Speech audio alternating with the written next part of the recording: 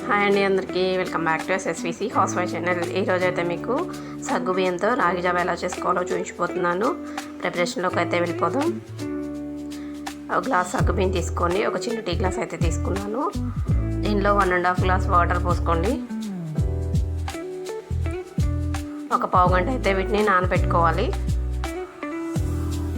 ఇలా నానబెట్టుకోవడం వల్ల త్వరగా కుక్ అవుతాయి. తర్వాత కొద్దిగా నీరు తీసుకోండి. ఒక 2 గ్లాసెస్ అలా నీరు తీసుకోండి. దానిలోనే 2 స్పూన్ల రాగి పిండిని వేసుకొని కలుపుకోండి. ఈ రెండు అయితే ఒక 15 మినిట్స్ కంపల్సరీగా నానబెట్టుకోండి. ఇది పిల్లల నుంచి పెద్దవాళ్ళ వరకు ఎవరైనా తీసుకోవచ్చు. కొద్దిగా అయితే రాళ్ళు వేసేసి నానబెట్టేసాను. ఇప్పుడైతే ప్రాసెసింగ్లోకి వెళ్ళిపోదాం. మనకి 1 లీటరు 3/4 లీటర్ వరకు వాటర్ మీకు ఎంత కావాలో అన్ని పెట్టేసుకొని వాటర్ని బాయిల్ చేసేసుకోండి. అవి మరిగేలోపు ఇలాచీ పౌడర్ని తయారు చేసి పెడుతున్నాను. ఈ గ్యాప్లో అయితే చేస్తున్నాను. ఇలాచీ త్వరగా పౌడర్ అవ్వాలంటే దీనిలో 2 స్పూన్స్ షుగర్ వేసుకొని గ్రైండ్ చేసుకోండి. త్వరగా పౌడర్ అయిపోతుంది. ఇది మొత్తం దీనికోసం కాదండి, జస్ట్ ప్రిపరేషన్ అయితే మీకు ఇట్లా చూపిస్తున్నాను. ఇలా బరకగా కొంచెం దొనకలు ఉండేలాగా మిక్సీ పట్టుకోండి. అలాగే బెల్లాన్ని అయితే ఇలా బ్లెండర్లో ఇట్లా తరిగేసి తీసుకున్నాను. ఇలా అయితే త్వరగా కరుగుతుందని. ఇప్పుడు వాటర్ అయితే మరిగాయి కదా, దీనిలో సగ్గుబియ్యాన్ని వేసేద్దాం. ఇవి కొంచెం అలా ఉడికి చిక్కబడేటప్పుడు రాగి పిండిని అయితే వేస్తాం. కొంచెం అలా వాటర్లో మరిగే వరకు వెయిట్ చేయండి. ఇవి ఆల్రెడీ నానబెట్టినాయి కాబట్టి త్వరగానే కుక్ అవుతాయి. వీడియోలో చూపిస్తున్నట్లు ఇట్లా వాటర్ మరిగి చిక్కబడతాయి.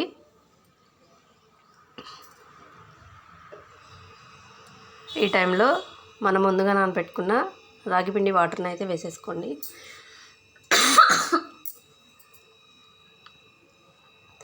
ఇవి కూడా మరగాలి. రాగి జావని ఇష్టపడిన వారైతే ఈ ప్రాసెస్లో చేసుకోండి. పిల్లల నుంచి పెద్దవాళ్ళ వరకు అందరూ ఇష్టంగా తాగేస్తారు.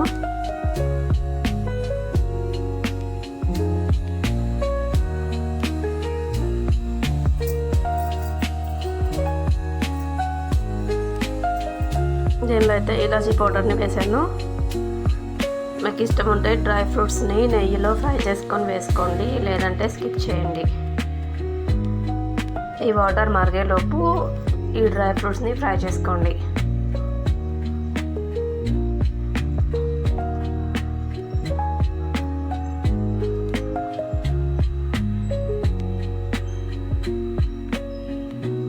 చూసారా, ఎగ్ పక్కన మరుగుతున్నాయి. ఇలా సగ్గుబియ్యం వేయటం వల్ల ఇది చిక్కగా తయారవుతుంది. అలాగే టేస్టీగా కూడా ఉంటుంది.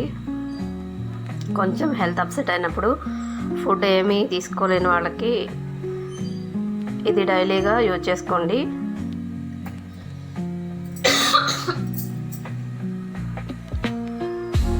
కొంచెం కోల్డ్ ఉండటం వల్ల వాయిస్ లోగా వస్తుంది.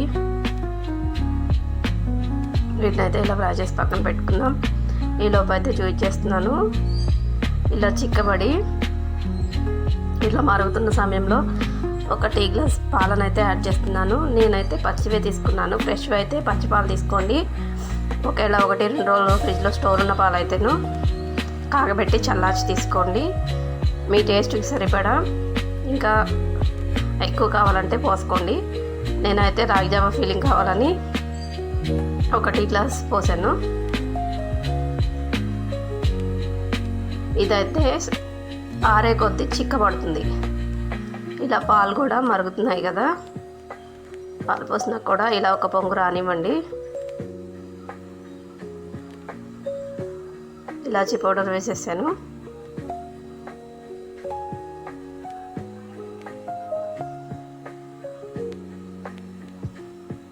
మీకు కావాల్సిన థిక్నెస్లో అయితే స్టవ్ ఆఫ్ చేసుకోండి. ఎందుకంటే ఆరేసరికి ఇంకా చిక్కగా తయారవుతుంది. డ్రై ఫ్రూట్స్ కూడా వేసేసాను. ఈ కన్సిస్టెన్సీలో స్టవ్ అయితే ఆఫ్ చేసుకోండి, ఎందుకంటే బెల్లం వేసాక పాలు విరిగే అవకాశం ఉంటుంది కాబట్టి స్టవ్ ఆఫ్ చేసి మనం తరిగి పెట్టుకున్న బెల్లాన్ని వేసుకోండి. తరగటం ఆల్రెడీ తరిగి పెట్టాం కాబట్టి త్వరగానే కరుగుతుంది.